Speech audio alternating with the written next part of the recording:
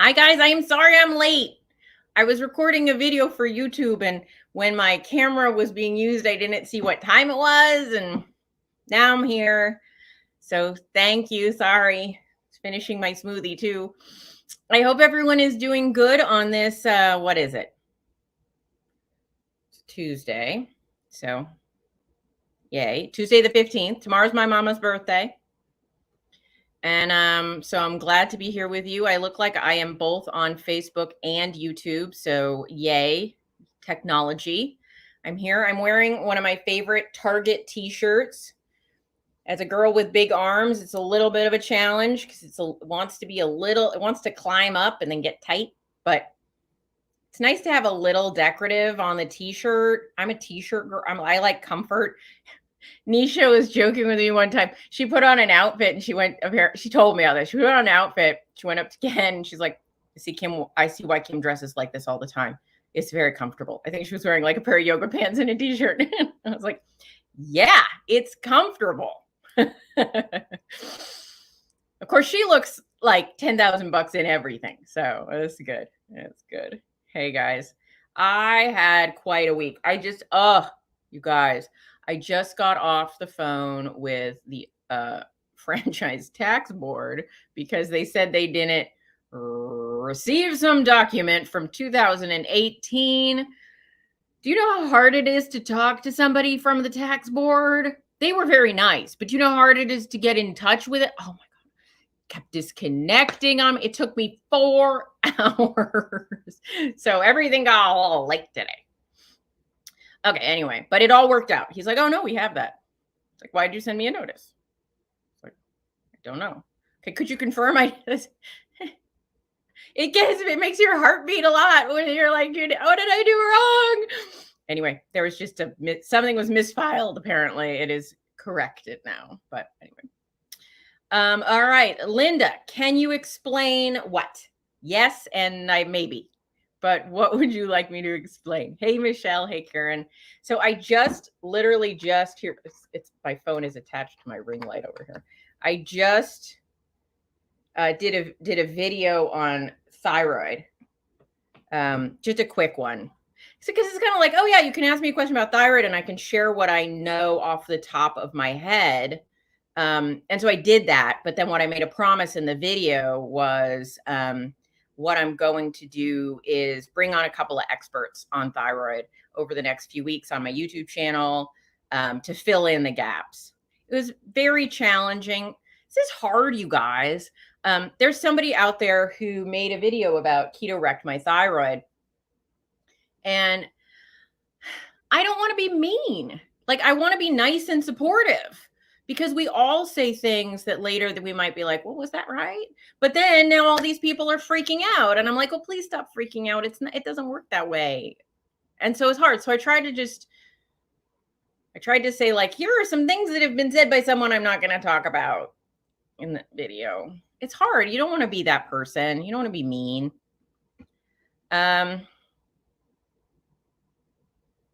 Docs and Gal says, when do we ever get to the point where this isn't the focus of our lives or doing ever? Do you mean nutrition?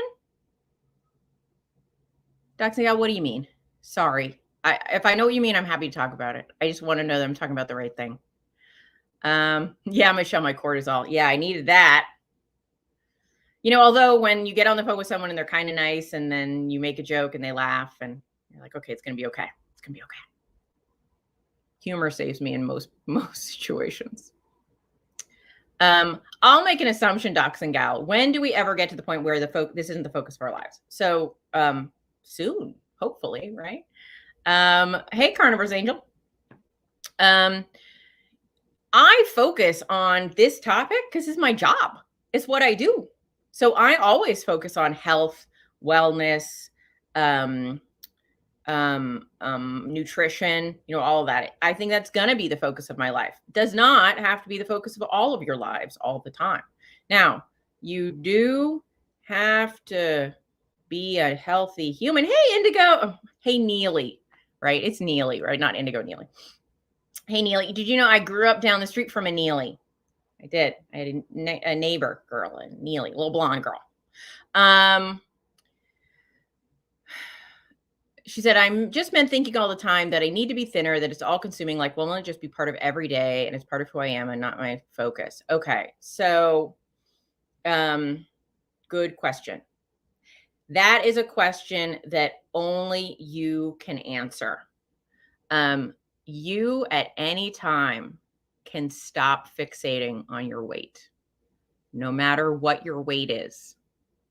I know that is hard, but I know a lot of very thin women who are obsessed with being thin and obsessed with staying thin.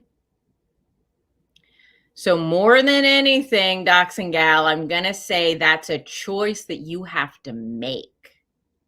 The choice to make who you are be more than about getting thinner, more than about what you weigh. That is a choice.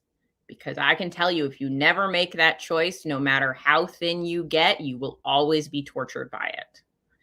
So what I would suggest is to start to do some work in that arena around maybe journaling, meditation, trying to figure out what your feelings about yourself really are, and how do you make yourself feel like a valuable human, whatever you weigh. So my answer is today, docs and gal. Today, you can start to make that decision. It will be hard. You will forget. You will slide back. But you get to decide that you are a worthwhile human in any body. And even getting thin won't fix it, unfortunately. Karen says, I wrecked my thyroid not because I was eating keto, but because I wasn't eating enough. Yeah. So that's kind of what I said in this video. You know, if you live in Tennessee and you see a tailed creature on the horizon, it's probably a horse, not a zebra, right? It's probably something we already know causes sort of decreased thyroid function, like chronic undereating, because a lot of us do that. Yeah, Neely, Talia and Neely were my two girl neighbors on my street in Berkeley, California, where I grew up. So hippies, imagine hippies. Hippies were there. Amy H asked, is it necessary to be in ketosis to burn fat?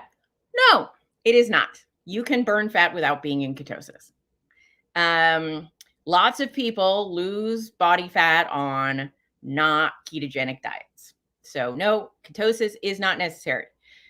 I find ketosis makes it more pleasurable. Your hunger levels seem to be more moderated. And you do need lowered insulin levels to burn body fat. So one of the nice things is that ketosis does prove that your insulin levels are low. It's a proxy, right? You can't have high insulin and high ketones usually. So what happens in our cycle every day is if we're eating the appropriate amount, if we're not overeating. So keto, not keto, if we're eating an appropriate amount, we kind of run out of energy sometime overnight, right? And our body, then our insulin starts to drop at least in that overnight period. And then that puts us in a circumstance where our body can liberate fat. And so when somebody is on a non-ketogenic diet, that insulin is still in the mix. Lowering that amount, it allows our triglycerides to open their doors and let the fat out. And so that overnight period of lower insulin is part of fat loss for most people. Now, if you're eating a very, very small amount, you're dipping into those lower levels, sort of the fed state versus the fasted state.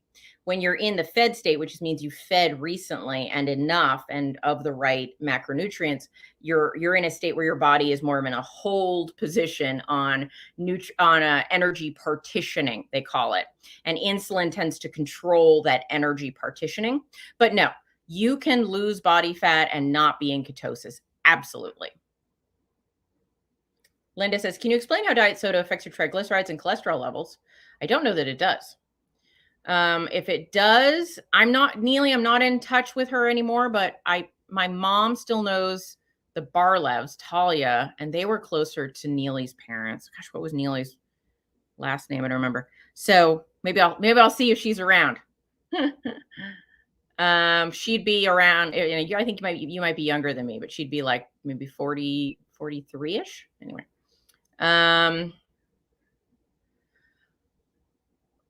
Michelle, I would say never the focus of this lifestyle will forever in forefront of my mind. Yeah. So I think all of us need to always be focused on health, right? So like my mom she's about to turn 79.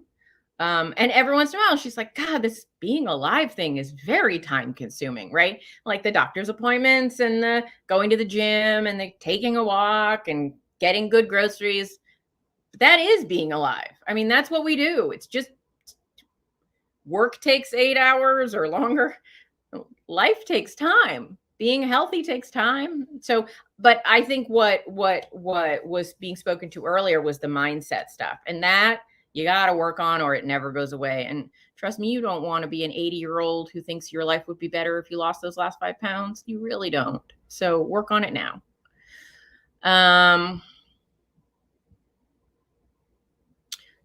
Zelia says, same. I thought I was doing good OMAD. Turns out when you eat like that, you're not getting enough. Yeah. Nancy says, when you talk with your thyroid experts, please ask them about chronic pain. My thyroid doc today asked me to try LDN, low dose naltrexone. I have heard that can be helpful. I think naltrexone it's a chemotherapy drug, I think, but it can help with immune issues. Ken says he got his gout finally kind of under control. Fabulous. Oh, Indigo. Neely is Hebrew, so there are more of them in Israel. That makes sense. Nancy, please also ask the expert about berberine, alpha-lipoic acid to lower cholesterol and help balance the thyroid. Okay. Yeah, Talia. Well, her last name is Barlev. So they're from, now that I'm outing somebody that I grew up with, Talia Barlev, you're out there. I don't know. Don't know if you appreciate the shout out, but yeah, their family was from Israel. So, but Neely was across the street. I don't know where they were from. I grew up in Berkeley, California and I lived my entire childhood on the same street. My parents sold the house when I was in college. So that neighborhood, the kids in the neighborhood thing. So, yeah. So one of the things that I was talking about, I talked about just briefly on this video I just did, but was about cortisol and ketosis, because there was sort of this erroneous belief that when your blood sugar started to drop that you ended up with a cortisol spike. And so I wanted to correct that. So I just briefly did it. So hopefully this is a good structure. I did like a 20-minute video being like, here's my thoughts and some things I'm going to talk about. Here are a few points you should know. And then I'll do more videos. There's a lot. It's hard because, it's an opioid blocker. Okay. Got it. Low dose for chronic pain. See, I'm not a doctor. I don't know. Amy asked, what's my passion right now? What am I excited about or learning about? I'm very responsive. So this week I've been learning more about the thyroid, cortisol, and that sort of thing because because it came up. And so I love learning about anything. I think of myself as a bit of a translator, right? People are like, I don't understand this thing. And I'm like, okay, let me figure out how to explain that to you. I'm not the scientist they're going to have speaking at the Metabolic Health Summit, but I'm the person they're going to send to the Metabolic Health Summit to try and make sense of what some scientist said, to try and tell the people that are watching who are like, what? I'm like, ignore that part, this, I don't know about this. I don't know if you need to know that part. Anyway, so that's what it is. So my passion is just making people's lives better. Kevin says, I found a way to gain weight. Only issue is joints start to feel bad. You're one of those that can't keep weight on. Kevin, what did you had to eat a lot of something that your joints don't like? Nancy said she just made heavy cream. That'll do it. Heavy cream, everyone's first love and greatest enemy at some point.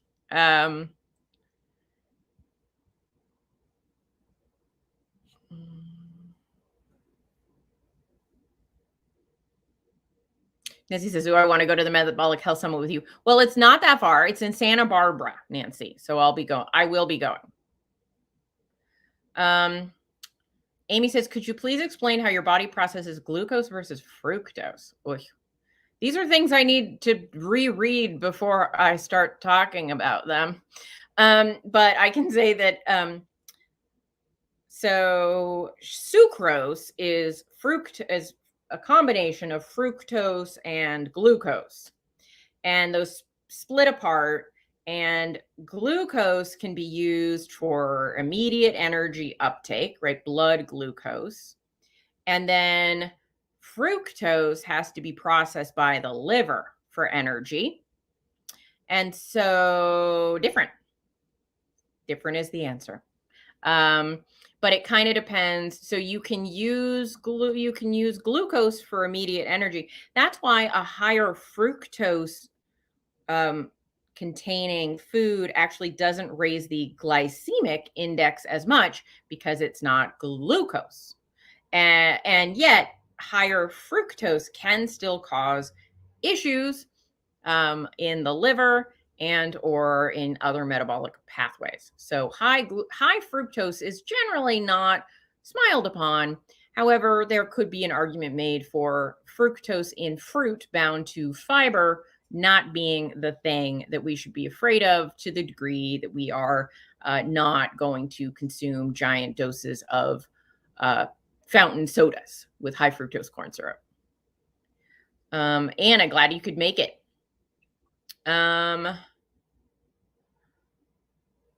So I guess, whenever I'm trying to, so if you're saying, hey, you were having this conversation with your coworker today, I'd say, like, what's the context?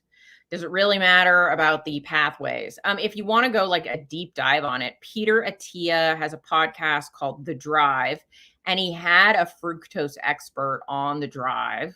So if you Google Peter Attia fructose, it would come up, and you can listen to that episode and learn a little more. But that might be way deeper than the amount that you need to talk to your coworker about. If the question was like, is fruit the devil? I mean, that's kind of a different question than should we be mainlining high fructose corn syrup? Sherry says, I'm interested in learning about thyroid, cortisol, liver function, currently searching for a holistic functional doctor in the Chattanooga, Knoxville area. Well, good luck with that. I wish you the best. Suzanne, it'll be exciting to see you in Salt Lake City. I always want to say San Luis, and then I'm like, no, that's not it. SLO is San Luis Obispo. Docs and Gal says, passed around your short car video about going in circles while you need to. Several of my friends have watched it a couple of times and said that it's making them think. Oh, great. I'm so happy. It's important to stop and think sometimes. Linda, do I drink diet sodas? I indeed do drink diet soda. This is actually iced tea that's in here right now, but I often have a Zevia. I like the one that's hard to find. The Zevia citrus grapefruit is my favorite. I usually do some of that with some unsweetened seltzer to kind of knock down the sweetness a little bit and make it stretch a little farther. But I do indeed drink diet soda. I used to be a Diet Coke addict. I'm not anymore. I will, on an occasional restaurant out experience, have a Diet Coke. But I don't crave them anymore, and I'm not interested in reintroducing them as a regular part of my diet. I don't actually have that many concerns about aspartame, to be perfectly honest. But every once in a while, the kind of coloring they use, at least I've heard it's the coloring. I don't know what it is. After I drink a Diet Coke, I get a headache. I don't want that. But I always seem to be really good with Zevia, and I'm really comfortable with stevia as a sweetener, which is what they sweeten the Zevia with. So I use Zevia. Doesn't high fructose help create fatty liver? Yeah, because it's pulled into the liver for processing. And so if you way overdo it on things with high fructose, you can absolutely cause yourself to become foie gras. Nancy says, which thyroid experts will I interview? Thus far, I'm talking to Amber O'Hearn, Amy Berger, who's writing a book about the thyroid. Might be talking with Siobhan Huggins, who's not a thyroid expert per se, but she's got some interesting things to say about something that relates to that. I'm also going to talk to Nisha, who uses a very low carbohydrate, a ketovore diet to keep her Hashimoto's in remission. That's the list so far. We'll see who else gets added to it. I've also reached out to a few other doctors I know just to see if there's anyone else they would recommend. Teresa says, I am 3 weeks into keto and having episodes of racing heart. Any suggestions? Potentially, you might be dealing with an electrolyte imbalance. So I would look into what your electrolytes are doing and if they're appropriate, because that can seem to be correlated with AFib or racing heart. If it persists, please have a doctor check you out, because we don't want anything bad to happen to you. And just because you went keto doesn't mean they're always correlated. I cannot tell you how many people I've sent to the hospital who had appendicitis because they thought it was keto. And I was like, you should get that checked out. And it was their appendix. Anywho, Amy, yeah, just don't juice it, right? No one should be drinking fruit juice. I'm simply saying that if you are a metabolically healthy human, you probably could eat an orange, but you probably shouldn't drink a glass of orange juice.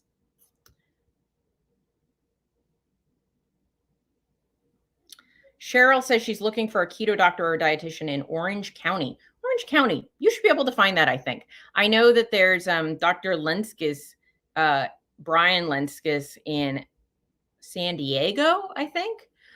So I know that's too far from Orange County, but at least it's in the general neck of the woods. You might reach out to their office and see if they have any referrals in the Orange County area. You could also look at the Diet Doctor website, has a doctor finder. So if you Google Diet Doctor Finder, something like that.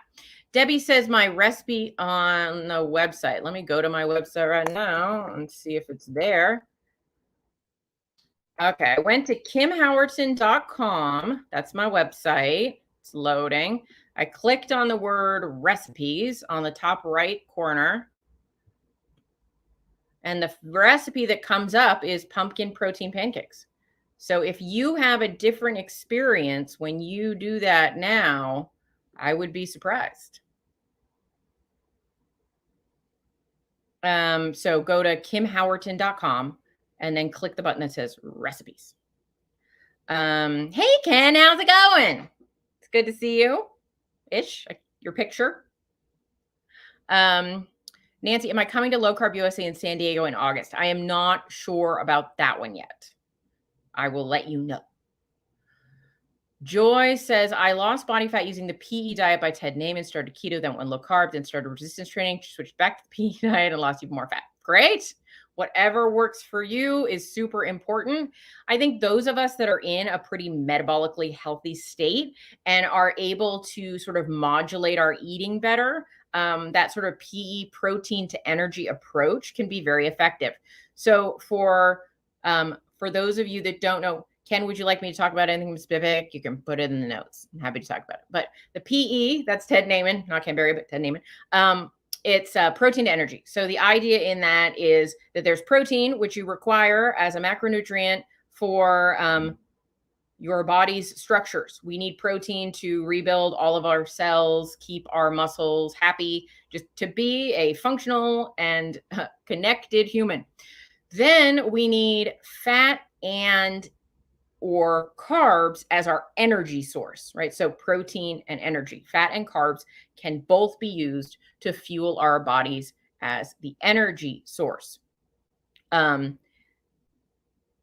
We on a ketogenic diet use fat as our energy source. But behind the Ted Naiman PDE approach is the idea that you could use a combination of fat and carbs as your energy source. But that energy source, that amount of energy that we need to get is very dependent on our weight gain, loss, maintenance goals. And so we titrate the level to that. And then also sticking with, whole real foods rather than junk food is part of that experience. So, behind the PE, you might eat more vegetables than you would on keto, but both of them kind of are trying to stick to the wholesome whole food area. Suzanne says, you are attracting many of the podcasters I watch. Impressive. I am very impressive, Suzanne. I am bossy and chatty. That's what I got going for me, Suzanne. That's all I got. That's what I got. Bossy and chatty. Lisa says, do you know if a 129 TSH for a 55-year-old woman is good? Well, you did not give me units on that. I will say in IU, in the units I'm used to dealing with for thyroid, that is horrendous and very, very bad. But I do notice that different people use different units of measure for different blood levels, like nanograms per deciliter, milligrams per deciliter, international units. So just a number without knowing what it's associated with, I can't tell you what the answer is, because I hope it's some other unit of measure that I don't know, because so that's what I can say about that. So I don't know if you can give me the units of measure, I can perhaps give a little bit more feedback. I would assume it's in a different measurement unit that I'm used to using, because it is so far from what you normally want to see in a TSH, which would be like around 1. So I'm a little bit unclear on what numbers you're talking about. I can grab my, Lisa says that was my blood work. Okay. So Lisa, do you know, come on. No, that's not the right book. Do you know on that what the units were?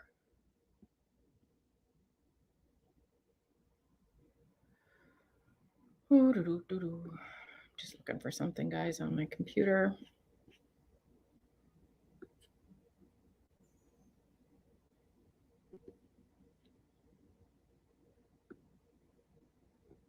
I need new glasses, people. Problem is I use glasses for far away, and then I use glasses for close up, but then in the middle, there's like no glasses that work for me. So anyway, I'm just pulling something up here so that I can answer your question more intelligently. Okay. So the units of measure I use for TSH are UUs per milliliter, which is like just international units per milliliter. So I don't know what units you are using for that number. So Lisa, your report you should have a piece of paper that they sent you, or email, and you should have a number on there, so it should look. I will just say that if someone's TSH come back at 120 something international units, then there is a huge problem. So I'm guessing it's a different units. Nancy says my TSH right now is 0.015, very suppressed because I'm taking Cytomel. Yeah, so TSH can definitely fall. I have a client who had thyroid cancer and had it removed and is on supplementation, but is very low. So it can really vary depending on other health problems that are going on. But in a person that is unmedicated, you generally would want that TSH in UUs, in international units, to be around maybe 1 point something low. Kathy said, by the way, I'm not a doctor. This is not medical advice. Nothing I tell you should be taken as medical advice. I'm just a lady with hypothyroidism. Nancy says, oh no, I already got that one. Sorry. I had labs 2 weeks ago. My cholesterol had gone up, LDL was up, HDL was down, triglycerides were down. Doctor said we would check again in 6 months to see if I go on medication. Total cholesterol is 220. That's not that high. Is that normal for LDL to go up and HDL to go down? It's actually not normal for HDL to go down. It is not abnormal. It's not everybody, but it's not abnormal for LDL to go up, but it's actually more normal that HDL also goes up. So HDL going down is indicative of potentially a problem. So if you're saying you had a virus in January, which was perhaps before that test, my thought is that might be related. Actually, I am not saying you have cancer. I'm saying that I know in the case of like developing cancer, if you see somebody's HDL plummet, then that sometimes comes with a referral to an oncologist, because plummeting HDL can be a sign that something of that nature is happening. That being said, any type of virus can affect your lipids. So I would wait and test again. But I would say overall 220 is not that high. Although if that was low LDL in conjunction with that, that's more of an issue than if it was just high LDL with high HDL. Summary number there. So Yeah. So the HDL dropping is the concern in my mind. And that is not common on keto. Linda says, my face looks thinner. Have you lost more weight? I assume so. I've been working out in the gym, so on the scale, I'm about the same as I was about 4 months ago, but I'm maybe recomping, so adding more muscle and losing a little bit of fat. I have noticed my face looks a little bit different too, so I'm good with that. Elvira asked, "What about T3?" What about T3? I'm happy to talk about it, but what's your question about T3? Dachshund says, I have a Renfro scale and it says my subcutaneous fat is still high and I want so hard to be disturbed scale on goal. I would say don't believe your scale. Do not believe those scales are so inaccurate. So inaccurate. Don't even. If you really want a more accurate measure, and it's even not perfect, go get a DEXA scan. Tammy says, shouldn't keeping triglycerides be low the focus in a lipid panel? Yeah, low triglycerides are very, very important. She just didn't mention triglycerides that I remember. But yes, low triglycerides are very, very important. Elvira, where should T3 be? Okay. So T3 in general, I think it should probably, this is my opinion. I'm not a medical provider. I personally like to see free T3. Total T3 doesn't matter. Free T3 between 3 and 3.5. Your average lab will tell you between 2 and 4.5 is normal. That's in PG per ml. Yeah. So I like to see it in the low 3s, personally, for me, and especially people on a low carb diet. Being on a low carb diet can actually drop your T3 just a teeny bit, but in a way that is asymptomatic. There are people that will suggest, including Dr. Finney and Amber O'Hearn and other smart people, that being in a low insulin state actually makes your T3 more efficient. And so because we make T4 that then gets converted to T3 to get used, if our efficiency of using T3 increases, then you potentially have a lower need for it. Nancy, I don't know that I agree. So the upper third of the range would mean that your T3 was potentially your free the upper third of the range would be like in the high 3s to 4s. And I think it should be lower in the 3s.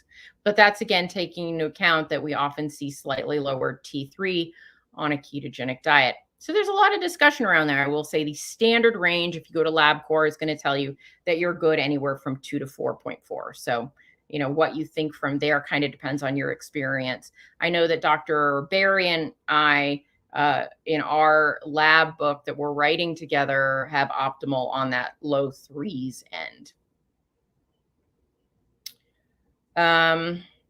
Noreen said, can triglycerides be too low? What is good? Potentially, there can be reasons that your triglycerides are low that aren't good, but triglycerides being low in and of themselves isn't a problem. And you only get triglycerides that are too low in cases where maybe someone is anorexic. I've got so if they're like, I aim for them to be around 50. I've seen them in the 40s and fine. I think I would be worried about something else going on if they were maybe in the 20s. Maybe there'd be a situation where somebody wasn't eating enough. Dachshund Gal says, I have a Renfro scales, my substitute.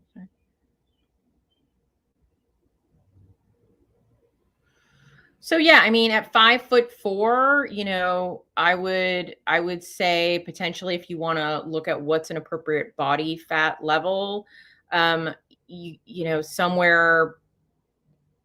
between 23 and 27% would be exceedingly lean for someone that's almost 60. But you've got to, hey, Nancy, it depends who you talk to. So optimal range, every doctor is going to have a different optimal range. And so we're all we're all close to each other when people are talking about what is optimal, but one doctor might say it's here, one doctor might say it's here.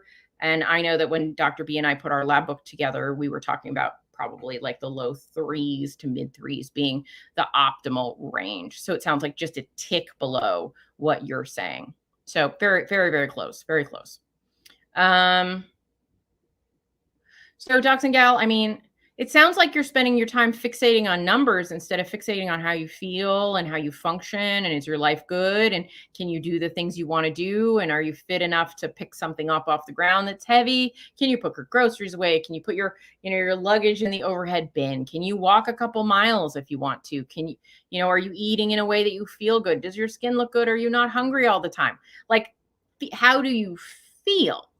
Nobody knows if you're 29% body fat or you're 28% body fat. If it matters to you, then fix it. If it doesn't matter enough to fix it, then stop fixating on it and move on with your life. You were the one that asked about when do we ever get to stop fixating on this? And the answer is when you decide to.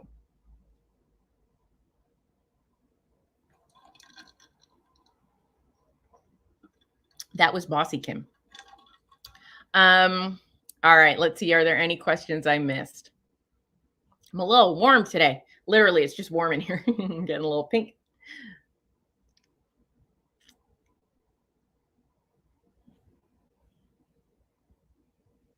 1.29. That sounds great, Lisa. I should have been a preacher, Larry.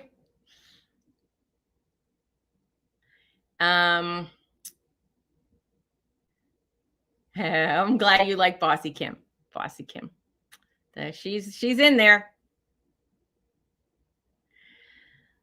So TSH is short for thyroid stimulating hormone. And so it's coming from your pituitary gland, and it signals whether you need more or less thyroid hormone.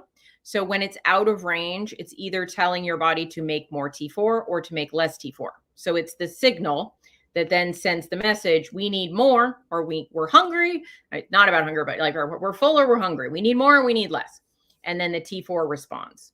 And so having a TSH in range is useful in that it tells you that at least the communication between your T4 and your TSH is set at a level where they think they're okay. Now, sometimes your TSH could be correct, could be good in an optimal level, and your T4 could be optimal. But if you're struggling to convert T4 to T3, which is what has to happen, T4 is the inactive form, T3 is the active form. Free T3 is the active form of the active form. And so it might be that if the connection is strong between T4 and TSH, but it's broken between T4 and T3, your TSH could be fine and you could still have hypothyroid problems. But if your TSH is fine and you're not having any symptoms, it's unlikely you're having thyroid problems. Karen says, sometimes I worry about my food diversity. Can eating the same stuff over and over be detrimental long term? I try to focus on keeping protein high. Well, I think it's a kind of a complex question. The first one is consistency of like eating the similar things over and over again actually seems to help people habituate to a lower body weight. So it does seem that habitually eating the same kinds of things, having the same kind of rotational meals, it does seem to help with weight management. That being said, I think there is something for sort of diversity of the types of foods that you eat and eating different types of things because there are different nutrients. If you like concocted just the right nutrient balance, I don't believe that like we get tired of this food. I mean, I think you get tired of a food, but from a nutrient perspective, if you like cobble together the perfect mix of nutrients, it's not going to suddenly stop being the right mix of nutrients. So That being said, I think getting a diversity of foods can be helpful just to make sure you're covering all your bases. So, on a high protein diet, having a little pork and having a little lamb and having a little beef and, having some fish. Fish is very nutritious, especially high fat fish, especially things like sardines and, so mixing it up that way can be very helpful. Changing out the kinds of greens that you eat can be very helpful. So yeah, mixing it up is great, but I don't think we need to be too obsessed about it. Tammy says my Renfro scale and DEXA scan are very different. I don't even look at the Renfro calculations anymore. I just pay attention to weight. It's totally deceptive. Yeah. So those home scales, I am significantly fluffier than my boyfriend. Our home scale says that I have lower body fat than he does. That is not true in any way, shape, or form. I might have double the body fat he does. So, and I have a very fancy home scale. So I don't know. Home scales are generally very inaccurate. I would look at measurements, and if you want to get a DEXA scan, get a DEXA scan. An in-body scan is a little more accurate than a home scale. So if you want to look at that, you can. But I can tell you that an in-body scan says I have like 10 pounds more muscle than my home scale, than my DEXA scan did. I wish the in-body was right, but I think the DEXA is right. Grateful Keto. I have Hashimoto's. I increased my iodine as per Dr. Berry. TSH went up. My naturopath said that was bad. Any thoughts? So,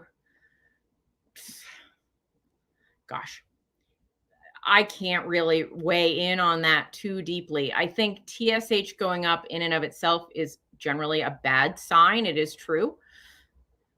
But there might be some underlying mechanism with iodine that I'm unaware of that may be confounding the situation. But generally speaking, if you have Hashimoto's and you have increasing TSH, that would mean that for whatever reason, your thyroid is sending a signal that it needs more.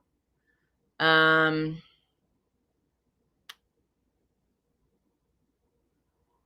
I don't know, honestly.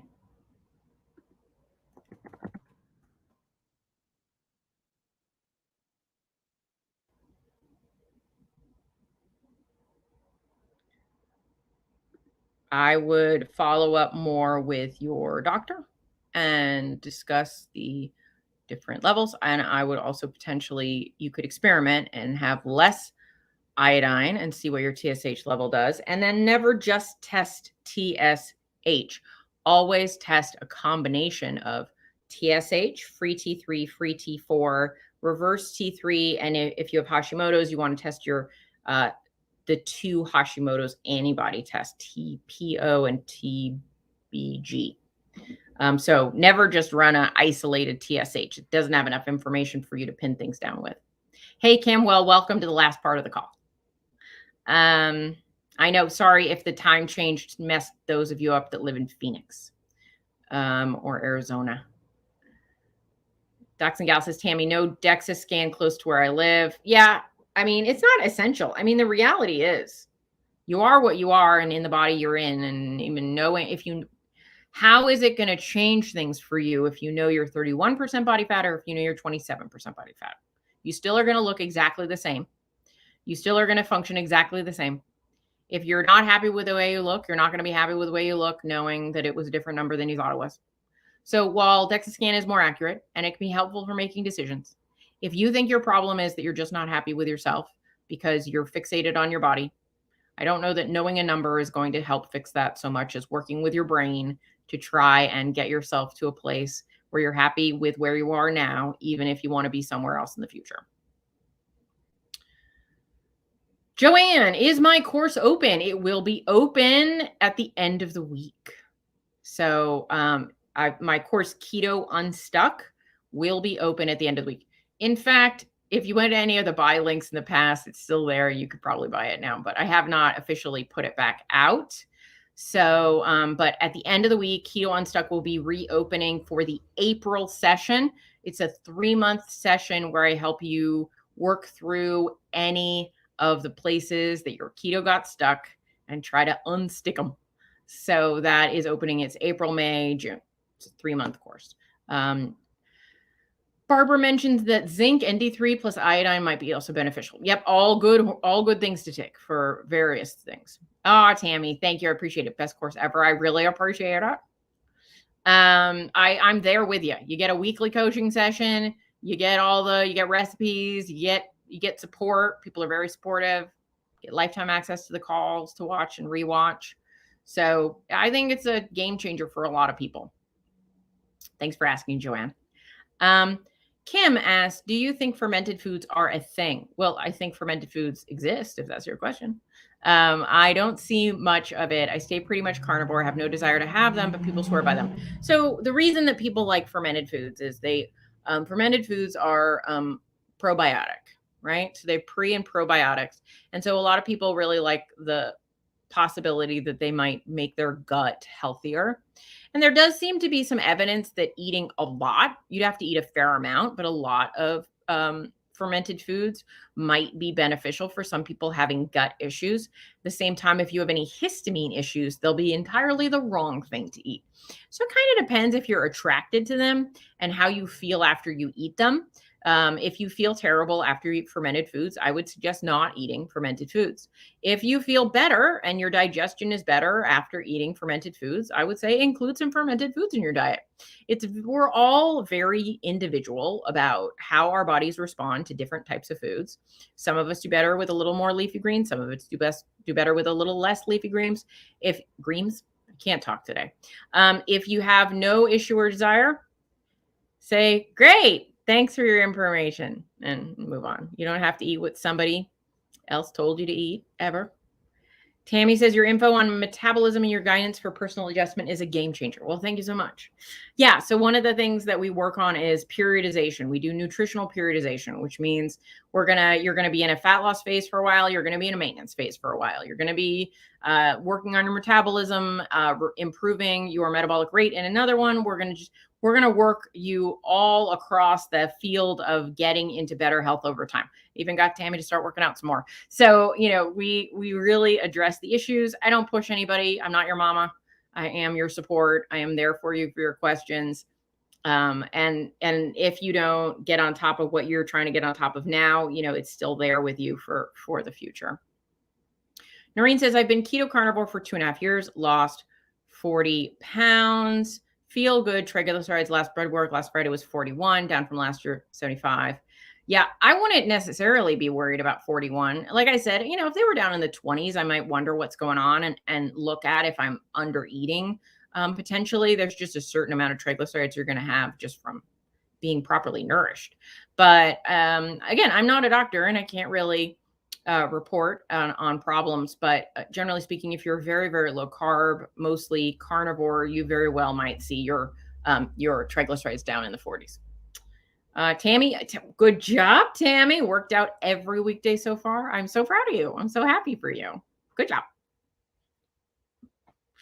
Some of us do not love to exercise, myself included. And so it's super important to pat yourself on the back when you actually do the thing. So good job. Get yourself a new workout outfit. I know you're at home, but do it anyway. Something fun. All right. So we've gone over a bunch of stuff on this call. Hopefully that was helpful for everyone. What's coming up? So we've got Keto Salt Lake coming up in April. I'll be speaking there. I'm going to talk about maintenance and how to not regain the weight. I'm going to be I'm attending the Metabolic Health Summit in May. But I'm listening, not speaking, because that one is very fancy, but it's in a beautiful location in Santa Barbara. So I might sneak out a few times. And then I'll be speaking on the low carb cruise out of Florida in May. And then I'm speaking in August at the Keto Summit Omaha. No, not Omaha. Orlando. Too many O names. Orlando in Florida. And so those are some things coming up over the spring and summer. So I hope to see some of you at some of those things. Thank you for being here with me. Kim says, I wish they would make more workout tops that weren't cropped. Totally. You know, Athleta, they're a part of the Gap family. They're expensive, but they do make some non-cropped tops that are actually kind of long so that when you raise your arm, you're not showing off your belly. Karen, hey, Kim, I just wanted to say thank you. I've been eating lower satiety proteins as you suggested, kept calories around above 2,000 for 2 weeks and haven't gained any weight. Finally have the energy to exercise again. Woo! I'm excited. Yeah, it's a real brain twister, isn't it? We spend our whole lives trying to figure out how to eat less, and then we have to figure out how to eat more, and we're confused. So good job, Karen. I'm super happy for you. And I'm so happy that your energy level is going up.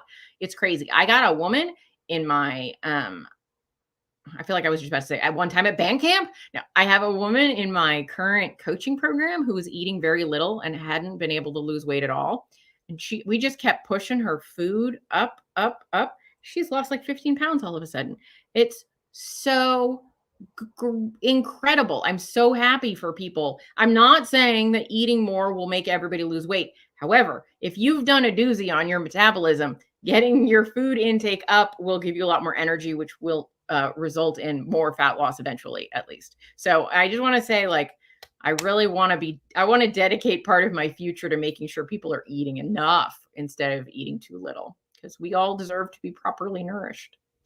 All right, guys. Ooh, sauna. Larry, that sounds good, except not right now. It's kind of a sauna in here. So I'm going to go splash a little water on my face, finish making dinner, and I will see you all next week, hopefully. All right, bye, guys. Oh, check out my video that's coming up this week on YouTube. Please like and subscribe and tell other people. Make comments. When you make good comments because I'm sensitive. But if you make comments and stuff on my videos, it helps me. It helps people watch the videos. It makes me happy. It doesn't cost you any money. So like, subscribe, and comment. All right, guys. Talk to you soon. Bye.